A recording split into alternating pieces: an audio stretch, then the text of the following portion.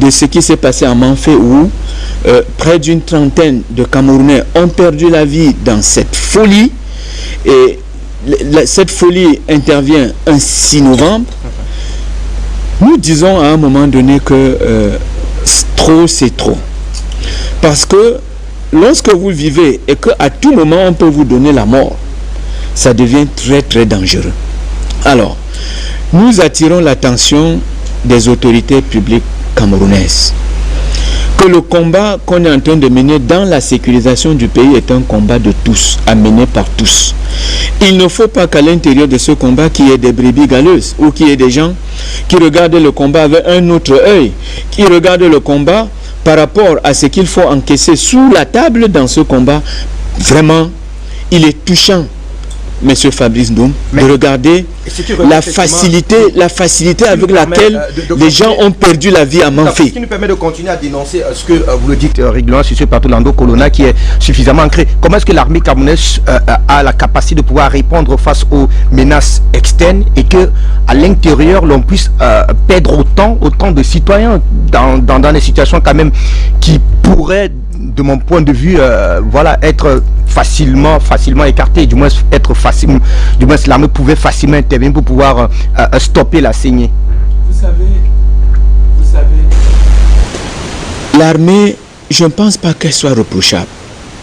Ce qu'il faut reprocher, c'est le temps qu'on met pour créer ce genre de mort, pour donner la mort aux citoyens.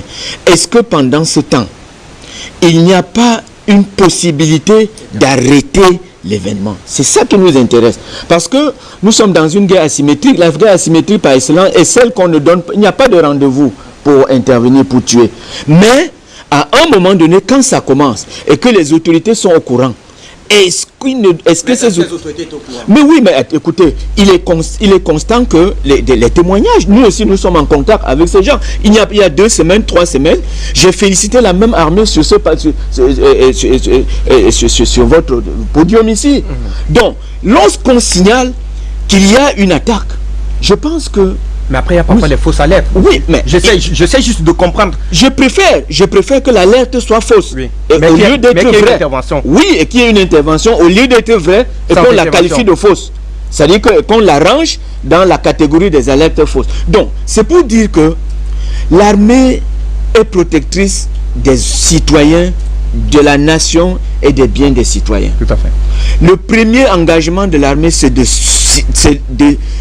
sécuriser les citoyens. Or, lorsque vous appelez, je pense que le secours doit arriver. Le secours doit arriver. Le secours doit absolument arriver. Il ne faut pas prendre les prétextes pour dire qu'il y a ci, ça, il y a ci, ça. Ce qu'on voit souvent dans les villes.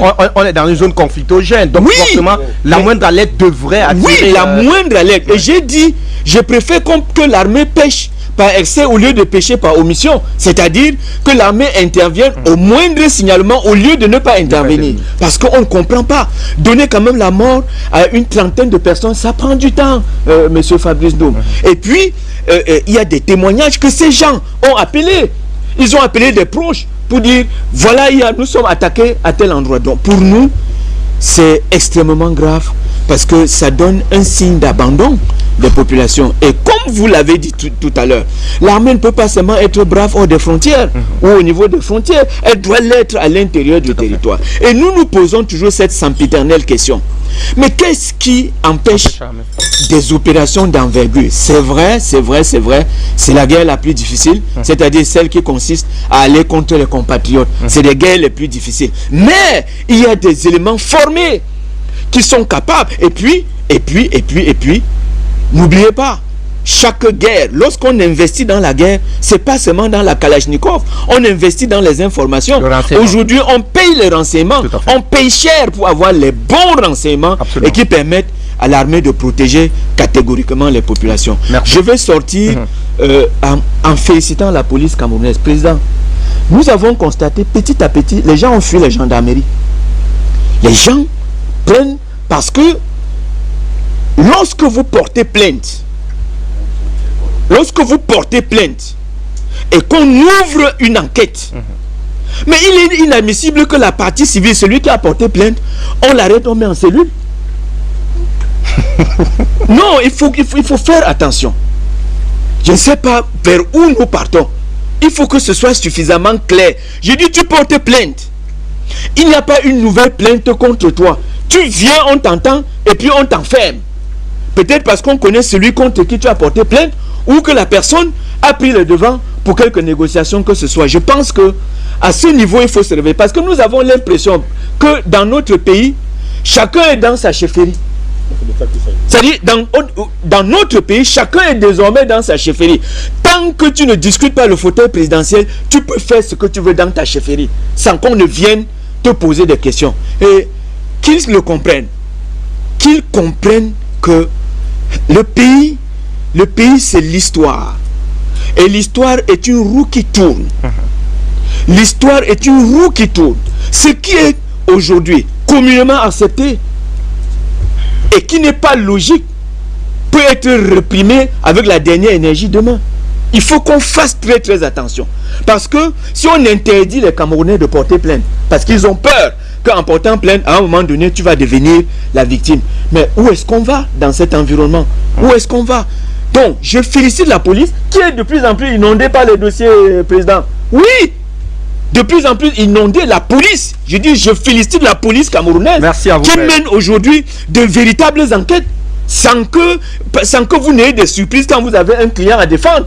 D'accord. Je pense qu'à ce niveau, les autorités camerounaises doivent prendre des décisions qui s'imposent. Que le plaignant, il peut le devenir. Un plaignant peut devenir un suspect par la suite. Mais pour mettre en œuvre l'action qui doit le condamner, il faut que quelqu'un se plaigne.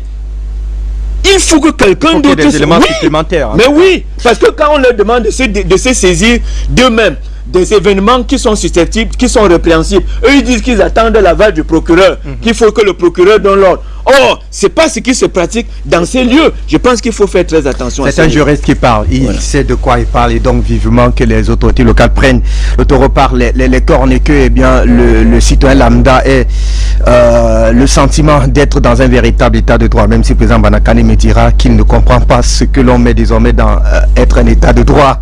Allez, Bertrand Tatida, vous êtes également avec nous sur ce plateau. On va rapidement commenter avec vous le drame du 6 novembre 2023. Est-ce une véritable coïncidence de date ou alors un agenda bien établi pour fragiliser l'homme du 6 novembre? Laissez-moi déjà saluer nos nombreux téléspectateurs qui nous suivent. Je suis très content d'être là. Merci de m'avoir invité, de vous saluer. Le salut, il a déjà été présenté, le président national de mon parti. Le salut M.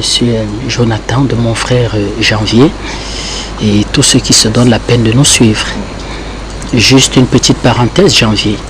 Nous avons eu des images très détestables de 4 policiers bastonnant quelqu'un dans la rue. Vous n'avez pas vu cette vidéo? Inacceptable. Je crois que ces images sont déjà dans le bureau du délégué et nous sommes sûrs que le délégué agira. Nous sommes sûrs. Pour ça, il n'y a pas de doute là-dessus. Oui. C'était inacceptable de la part d'un corps sérieux. Oui. La quasi-totalité de nos policiers sont des gens sérieux. Bien formés. Ils se comportent correctement. Je me suis demandé ce qui était arrivé à ces messieurs. En plus, c'était en plein centre-ville. Tout le monde les voyait. Les gens criaient, mais arrêtez, que se passe-t-il? Arrêtez. Et il y aura un qui va même aller jusqu'à donner un coup de pied à la face, à la figure. C'est détestable. Détestable. Je ne sais pas comment. D'ailleurs, à un moment donné, il ne bougeait plus. J'ai eu peur pour sa vie, pour celui-là. Donc on a encore des éléments comme ça isolés au sein de ce brave corps. Et il y a eu une réaction tellement forte au point où j'espère que le délégué agira. Il va agir. D'accord. Concernant Manfait, c'est important pour moi Manfait. Vous savez, vous avez des gens qui nous disent souvent pourquoi vous parlez de nos pays et vous ne parlez pas du Cameroun. Nous on rigole de ça. Si quelqu'un veut venir à Afrique Média, je l'ai toujours dit qu'il me contacte. Bertrand Tatsinda. Nous ne refusons personne. Il vient faire un débat argumenté. Pas un débat. Paul Biya, 90 ans, il doit partir du pouvoir. Qu'il vienne. Je lance un appel. Nous avons lancé un appel ici pour ou contre le franc CFA. On a invité tous les monétaristes du monde, les meilleurs. Même M. Macron est invité ici. Si monsieur vous savez que Guillaume Soro est venu ici? Il a eu le mérite de venir. 2 heures, c'était pas facile. Donc quand des gens veulent un débat argumenté, qu'ils viennent ici à Afrique Média, nous allons les recevoir et on va faire un débat courtois Et ils risquent de se rendre compte que c'est très difficile quand on est ici sur le plateau d'Afrique Média, dans un véritable débat argumenté. Il n'y a pas, nous on n'appartient pas au Cameroun, nous sommes une chaîne panafricaine. Absolument.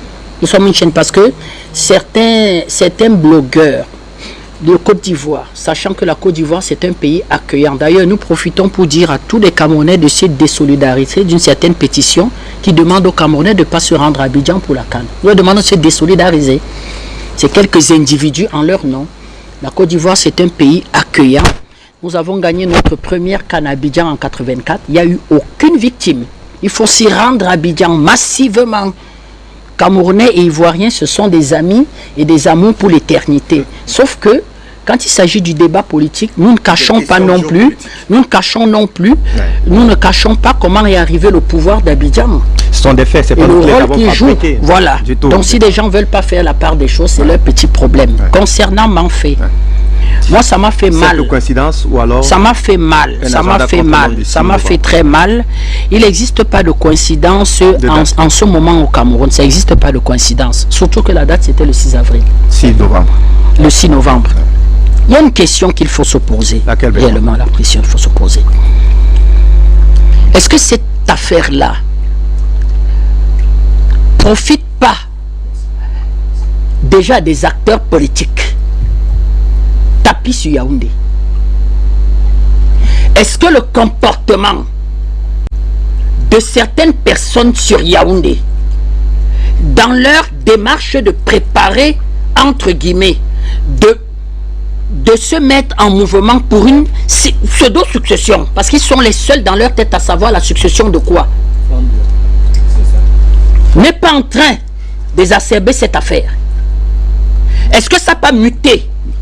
C'est-à-dire que est-ce qu'il n'y a pas une forme de mutation au sein de l'Ambazonie, à savoir le fait de vouloir mettre sur pied la République démocratique fédérale de l'Ambazonie? Ils savent que sur le plan militaire, ils ont été battus, c'est derrière. Et maintenant, d'autres acteurs sont rentrés dans cette histoire. Et aujourd'hui, on a fait un nouveau variant. C'est-à-dire que entraîne ça, et c'est, comment je vais dire, que une carte pour eux, pour jouer la succession du président de la République. Est-ce que c'est sérieux? Une semaine avant, ça circulait qu'on va attaquer Manfé le jour de la fête du renouveau. Ça circulait. Moi, monsieur Tatsinda, je suis qui pour avoir cette information?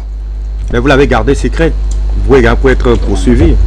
Mais vous dites vous l'avez gardé secrète. Si je vous avais donné l'information, vous aurez sécurisé les gens de Manfé?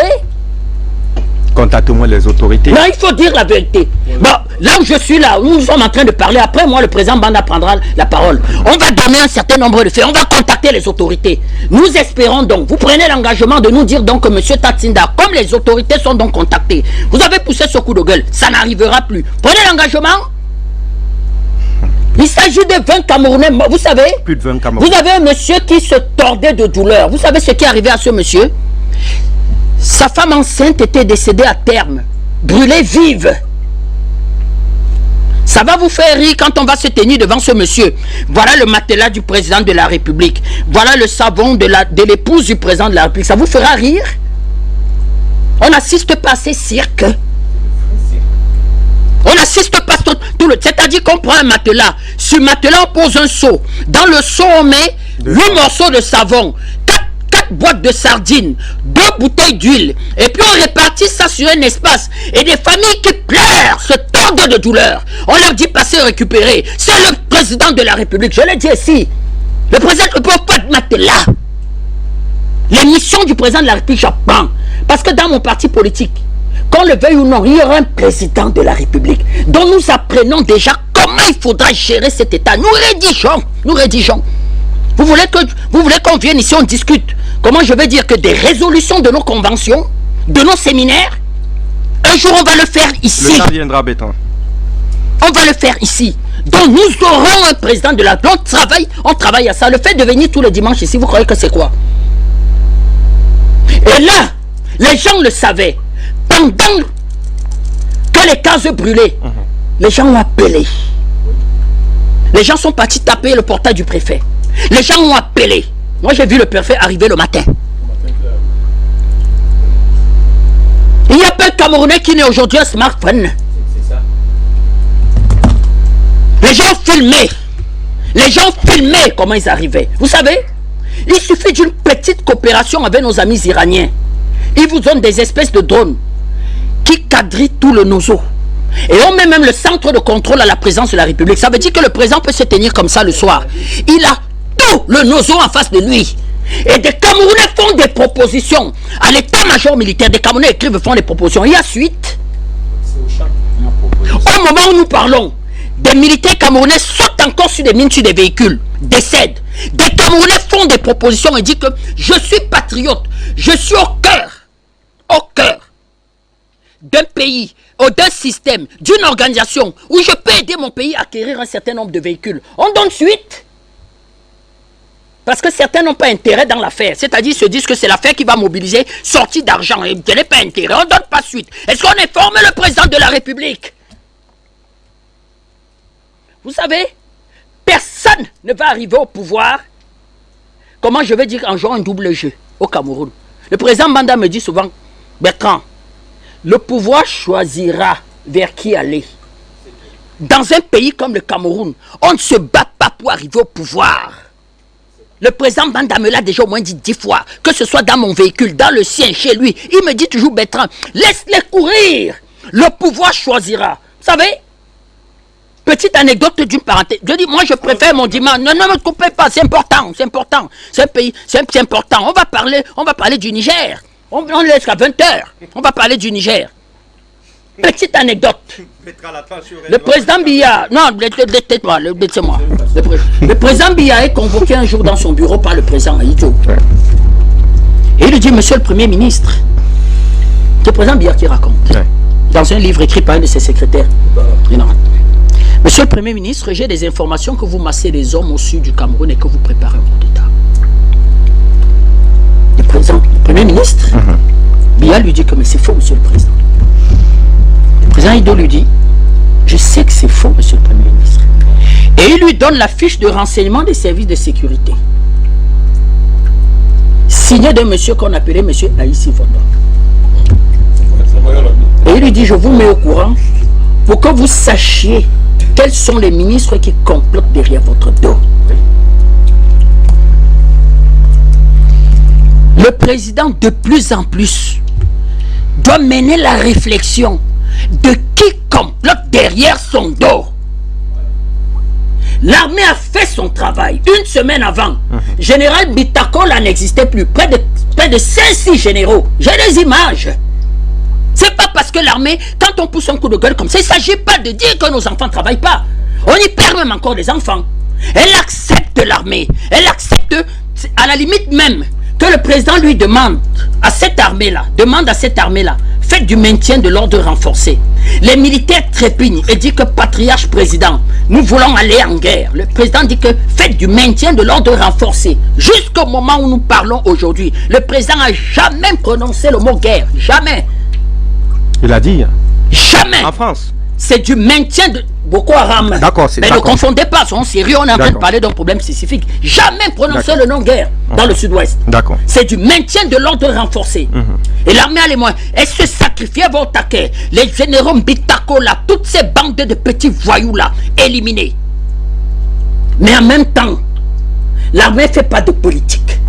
La gestion politique de certaines personnes peut compliquer le travail de l'armée sur le terrain. On ne doit pas le dire.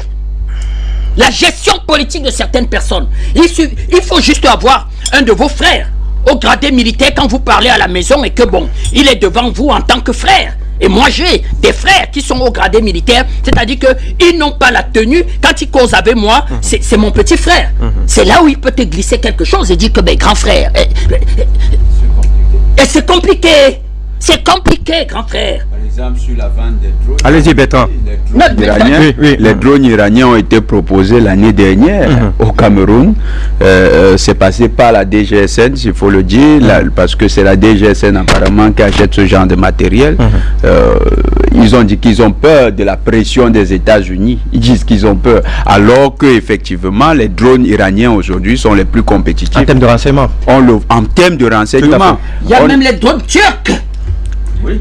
Il y a même les drones turcs. Effectivement, les Turcs également ont des drones. Nous risquons de dire. Mais nous, on préfère utiliser actuellement quelques drones israéliens, des drones d'ailleurs qui, aujourd'hui, en termes de performance, on a vu les failles de cette drone. Il y a bien mieux sur le marché. L'attaque du Hamas le 7 octobre dernier. Allez-y, je vous demande, une région comme celle du sud-ouest, ça fait quand même depuis 2016, bientôt 10 ans, du nord-ouest, c'est difficile véritablement d'y mettre, comment je peux dire, que des oreilles et des yeux invisibles. Questionnons nos services de renseignement. Est-ce que c'est sérieux qu'en 10 ans, nos services de renseignement ne sont pas au cœur des combattants, entre guillemets, de l'Amazone? Est-ce que c'est sérieux? Je dis que nos hommes, parlons comme ça, ne soient au cœur, c'est-à-dire que Dormant avait les filles Machala sur le même lit. Fille Machala est mort. Hein. Oui, il est mort. Quand je parle de filles Machala, en fait, je fais une identification à tous ces voyous, puisque tous s'identifient à eux, ce sont leurs amis. Mais qu'est-ce qu'on veut finalement? Qu'est-ce qu'on veut finalement? Qu'est-ce que le président doit faire finalement? Il y donne ce que la République peut donner. Je rappelle que le budget, il est de combien les prévisions du budget? Le pays est malade. Parce que les mêmes qui voient ces problèmes sécuritaires, qui ont une façon de gérer ce problème sécuritaire, ont bloqué le pays. Ont bloqué le pays. Ça ne va pas. Le pays est malade. Ça ne va pas. Vous étiez à l'Ouest ce week-end. Je le dis. Vous étiez à l'Ouest ce week-end, non? Ça a été facile. Vous souriez. C'est un parcours de combattants. Et c'est le corridor qui donne sur Unugu, le Nigeria. Le Nigeria, c'est le premier partenaire économique du Cameroun. Expliquez comment, quand on part de Douala, on arrive à Bamenda. Combien le parcours de combattants pour aller vers le pays, premier partenaire économique de ce pays. S'il y a un corridor qu'il fallait véritablement aménager, ce corridor fait partie. Je vous ai parlé des enfants du Nord qui m'ont écrit et dit, Monsieur Tatinda, appartenons-nous à la même République. Gandere Gawa, 12 heures de temps. Pourtant, moi qui vous écris, Monsieur Tatinda, j'ai un bon véhicule, 12 heures de temps. C'est le seul corridor quand il faut partir du Nord. Ils appartiennent à la même République. Quand on fait donc ça, vous avez vu la photo de l'anniversaire du président qui a fuité, la vidéo. C'est pas un message. Elle m'a pas fait plaisir. Elle m'a pas fait plaisir. Pourquoi, Béton? Je ne commande pas. D'accord. C'est le président de la République. C'est le patriarche président. Je dis, moi, elle ne m'a pas fait plaisir. Tout le monde... Tu n'as pas compris le message, Janvier? Tout le monde comprend le message. Tout le monde comprend. Je dis, ça ne m'a pas fait plaisir. Nous ne voulons plus jamais voir ça. Or, qui a mis ça en ligne? Dans cette salle, il n'y avait que la famille présidentielle et ce que je peux appeler le personnel affecté, comment je vais dire que, au service du président de la République. Comment se fait-il que ça se retrouve en ligne? C'est quand le président fête son anniversaire, à ce moment-là, à cet instant-là, le président ne veut pas d'une image publique. Nous connaissons notre patriarche président. Et vous n'entrez même pas, vous n'entrez même pas la présidence avec votre téléphone. Votre téléphone portable, c'est-à-dire quand on reçoit, c'est-à-dire quand il y a la réception officielle. Qui a mis ça en ligne? Pourquoi? Pourquoi les gens mettent en ligne? Vous ne voyez pas la vidéo d'une dame qui recrute le fils du président dans sa sous-section avec... C'est quoi ça? Pourquoi vous voulez énerver les Camerounais? Pendant ce temps, des Camerounais à qui le gouvernement a pris la parole et dire que soyez rassurés, c'est sécurisé.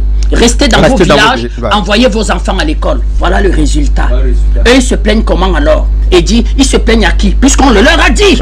On le leur a dit. Il y a eu une réunion semestrielle des gouverneurs. Au sorti de là, ils ont pris la parole officiellement. Monsieur Okala Bilial du Sud-Ouest a pris la parole officiellement et dit que c'est sécurisé. L'armée a rassuré que c'est sécurisé. Restez dans vos villages, allez à l'école. Voilà le résultat. Qu'est-ce qu'on fait donc? Qu'est-ce qu'on fait donc? Question. C'est sécurisé à Kumba. C'est sécurisé à Tiko. C'est sécurisé. Est-ce que demain on n'aura plus ça? Vous dites que oui, j'avais les informations. C'est moi maintenant le responsable de l'affaire. J'accepte même. Sacré Bertrand, je vous en prie. Voilà le problème qu'il faut poser clairement. C'est-à-dire, nous voyons une conjonction de faits, une conjonction de